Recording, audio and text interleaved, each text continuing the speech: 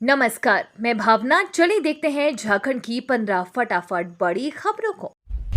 दिवाली से पहले झारखंड सरकार के कर्मचारियों को तोहफा, गंभीर बीमारियों में मिलेगा 10 लाख तक कैशलेस इलाज। राज्य सरकार अपने कर्मचारियों के साथ साथ सेवानिवृत्त कर्मचारियों के आश्रितों को झारखंड स्वास्थ्य बीमा योजना के तहत बड़ा लाभ देने जा रही है। इसके तहत अब सभी कर्मचारी एवं सेवानिवृत्त कर्मचारी के आश्रितों को सरकार द्वारा सूचीबद्ध 21 प्रकार के गंभीर रोगों के उपचार में 10 लाख रुपए तक के कैशलेस उपचार की सुविधा मिलेगी। अन्य रोगों के निदान में 5 लाख रुपए तक के उपचार की सुविधा मिलेगी। झारखंड में बनेगा ट्राइबल डेवलपमेंट डिजिटल एटलस। मुख्यमंत्री हेमंत सोरेन के निर्देश पर झारखंड में निवास करने वाले आदिवासी समूह के लिए ट्राइबल डेवलपमेंट डिजिटल एटलस तैयार किया जा रहा है। इसके प्रथम चरण में अति कमजोर आदिवासी समुदाय का बेसलाइन सर्वे के साथ साथ मैपिंग की जाएगी। इसके लिए आदिवासी गांव में बुनियादी सुविधाओं की वर्तमान स्थिति, हर गांव और टोलों में शिक्षा, कौशल, क्षमता, रोजगार, आय, जीवन स्तर आदि के संबंध में ब्यौरा तैयार किया जाएगा। आदिवासी कल्याण आयुक्त के मार्गदर्शन में इसकी तैयारी शुरू कर दी गई है।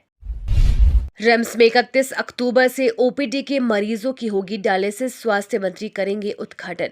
रिम्स में 31 अक्टूबर को पीपीपी मोड पर संचालित डायलिसिस यूनिट, लाइब्रेरी और अपरेफरल कुपोषण उपचार केंद्र का स्वास्थ्य मंत्री बन्ना गुप्ता आधिकारिक उद्घाटन करेंगे। इसके अलावा yellow fever vaccination centre, trauma और रेडियोलॉजी सेंटर के बाहर मरीजों और उनके परिजनों के लिए बने विश्राम केंद्र का भी उद्घाटन करेंगे। रिम्स में नेफ्रो प्लस की ओर से संचालित केंद्र डायलिसिस केंद्र की शुरुआत 17 अक्टूबर को ही कर दी गई है। अब 31 से ओपीडी बेसिस पर मरीजों की डायलिसिस शुरू कर दी जाएगी। इजराइल हमास विवाद पर लाए गए प्रस्ताव पर वोटिंग से क्यों दूर रहा भारत। संयुक्त राष्ट्र महासभा में इजराइल हमास विवाद पर पारित प्रस्ताव में भारत का वोटिंग से अलग रहना न सिर्फ घरेलू राजनीति में काफी गहमा गहमी बढ़ा दी है, बल्कि इसका असर कुछ देशों के साथ भारत के कूटनीतिक रिश्तों पर पड़ने की आशंकाएं जताई जा रही है। ऐसे में विदेश मंत्रालय के अधिकारियों ने कहा कि आतंकवाद के मुद्दे पर भारत ने अपने पुराने रुख पर कायम रहते हुए वोटिंग से अलग रहा। झारखंड की बेटियों ने बीपीएससी में लहराया परचम, मिली 7वीं rank. Bihar public service commission की परीक्षा में झारखंड की बेटियों ने भी परचम लहराया है। कोडरमा जिला की तिलिया की रहने वाली अपेक्षा मोदी ने 67वीं बीपीएससी परीक्षा में 7वीं रैंक हासिल की है। अपेक्षा की सफलता से उनके परिवार में खुशी का माहौल है।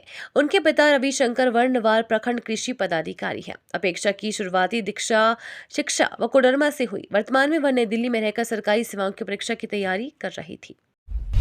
गूगल पे अब छोटे व्यापारियों को देगा लोन। भारत में यूपीआई पेमेंट के लिए गूगल इंडिया का एप्लीकेशन गूगल पे काफी लोकप्रिय है। गूगल पे के अनुसार अभी तक इस एप्लीकेशन को 100 करोड़ से ज्यादा लोगों के द्वारा डाउनलोड किया गया है। इस दिशा में गूगल प्ले ने एक और बड़ा कदम उठाया है। गूगल के द्वारा छोटे व्यापारियों के लिए गूगल पेमेंट लोन की सुविधा दी जा रही है। छोटे व्यापारियों को अक्सर एक सीमित समय के लिए लोन की जरूरत होती है। झारखंड राष्ट्रीय फिल्म महोत्सव 1 से 7 नवंबर तक जमशेदपुर में आयोजित। झारखंड राष्ट्रीय फिल्म महोत्सव के चौथे संस्करण का आगाज 1 नवंबर को हो रहा है।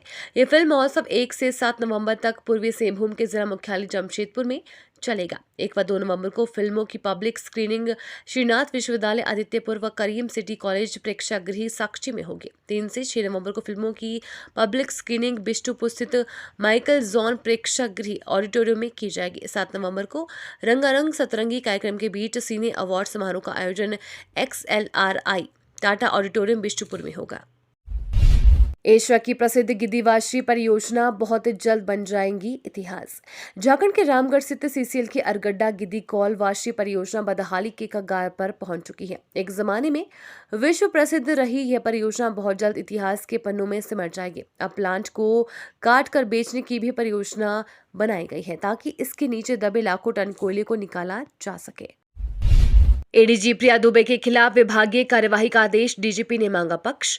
झारखंड पुलिस के डीजी प्रिया दुबे के खिलाफ राज्य सरकार ने विभागीय कार्यवाही का आदेश दिया है। प्रिया दुबे के पति व आरपीएफ के तत्कालीन कमांडेंट संतोष दुबे के खिलाफ आय से अधिक संपत्ति अर्जित करने का मामला सीबीआई ने दर्ज किया था। इस मामले की जांच के बाद प्रिया दुबे के खिलाफ विभागीय कार्यवाही के लिए सीबीआई ने राज्य सरकार को पत्र लिखा था, लेकिन तब सरकार की ओर से कार्यवाही शुरू नहीं की गई थी।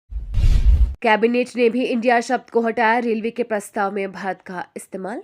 रेल मंत्रालय ने केंद्रीय कैबिनेट को सौंपे एक प्रस्ताव में इंडिया की जगह भारत शब्द का इस्तेमाल किया है। रेल मंत्रालय ने ये बदलाव ऐसे वक्त में किया है जब केंद्र सरकार इंडिया की जगह भारत नाम को तरजीह दे रही है। तमाम संस्थाएं भी इसे प्रमोट कर रही है।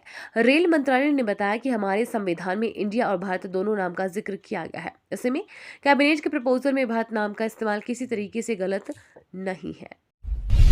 झारखंड दौरे पर आए जेपी नड्डा ने हेमंत सोरेन पर जमकर हमला बोला।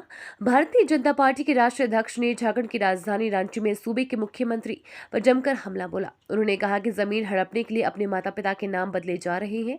शनिवार को झारखंड बीजेपी की संकल्प यात्रा के समापन पर आयोजित विशाल जनसभा को संबोधित करते हुए जेपी नड्डा ने कहा, मैं खुले मंच से आरोप लगा रहा हूं कि यहाँ के मुख्यमंत्री अपने नाम से जमीन आवंटित करते हैं, टेंडर अपने नाम करवाते हैं, अपने माता पिता का इस्तेमाल करते हैं। बिना हाथ पैर वाले भी चला पाएंगे कंप्यूटर, छात्र ने बनाया जबरदस्त सॉफ्टवेयर। झारखंड के घाटशिला जिले के छात्र सुमित ने एक ऐसा सॉफ्टवेयर तैयार किया है जिसके सहारे लैपटॉप या कंप्यूटर को आंखों से ही कंट्रोल किया जा सकता है। इस सॉफ्टवेयर के बाजार में जल्द लॉन्च होने की संभावना है। आंख झपकाते ही कर्सर क्लिक होगा और आंख की पुतली ऊपर नीचे करने पर कर्सर स्क्रॉल होगा। लॉन्च के लिए जर्मनी, फिनलैंड, इटली व भारत की एक कंपनी ने MOU किया है। सॉफ्टवेयर का नाम आई कॉन्टैक्ट माउस कर्सर है। माओवादियों का सब जोनल कमांडर अग्नू गंजू चढ़ा पुलिस के हत्थे। पुलिस को माओवादियों के खिलाफ बड़ी सफलता हाथ लगी है। माओवादियों का सब zonal commander Agnu Ganju police के हत्थे चढ़ा है। अग्नू गंजू माओवादी जोनल कमांडर रविंद्र गंजू का दाहिना हाथ माना जाता था। उस पर 8 लाख रुपए का इनाम है। 5 लाख झारखंड सरकार व 3 लाख NIA ने घोषित किया है। पुलिस ने उसे चंदवा थाना क्षेत्र के बेतर के जंगलों में छापेमारी कर गिरफ्तार किया है। ब्लू या येलो चुनने पर धोनी के जवाब ने जीत लिया दिल। हाल ही में एक कार्यक्रम के दौरान MS धोनी से एक फैन ने सवाल किया कि अगर ब्लू या येलो में से किसी एक को चुनना हो तो किसे चुनेंगे। इस पर धोनी के जवाब में दिल जीत लिया। उन्होंने कहा, 100% मैं ब्लू को चुनाव करूंगा, क्योंकि मैं जानता हूं कि जिन्हें येलो पसंद है वो ब्लू पर कभी सवाल नहीं उठाएंगे। PM मोदी ने युवाओं को दिवाली से पहले दिया बड़ा तोहफा। प्रधानमंत्री नरेंद्र मोदी ने दिवाली से पहले देश के युवाओं को एक बड़ा तोहफा दिया है। PM ने 28 अक्टूबर को वीडियो कॉन्फ्रेंसिंग के जरिए 51,000 नियुक्ति पत्र वितरित किए। इस मौके पर बोलते हुए प्रधानमंत्री ने कहा कि रोजगार मेला के तहत अब तक लाखों युवाओं को सरकारी नौकरियों के लिए नियुक्ति पत्र दिए गए हैं। ये तो थी आज की बड़ी खबरें। अपने गांव या शहर की न्यूज देखने के लिए हमें कमेंट में जरूर बताएं कि आप न्यूज को कहां से देख रहे हैं।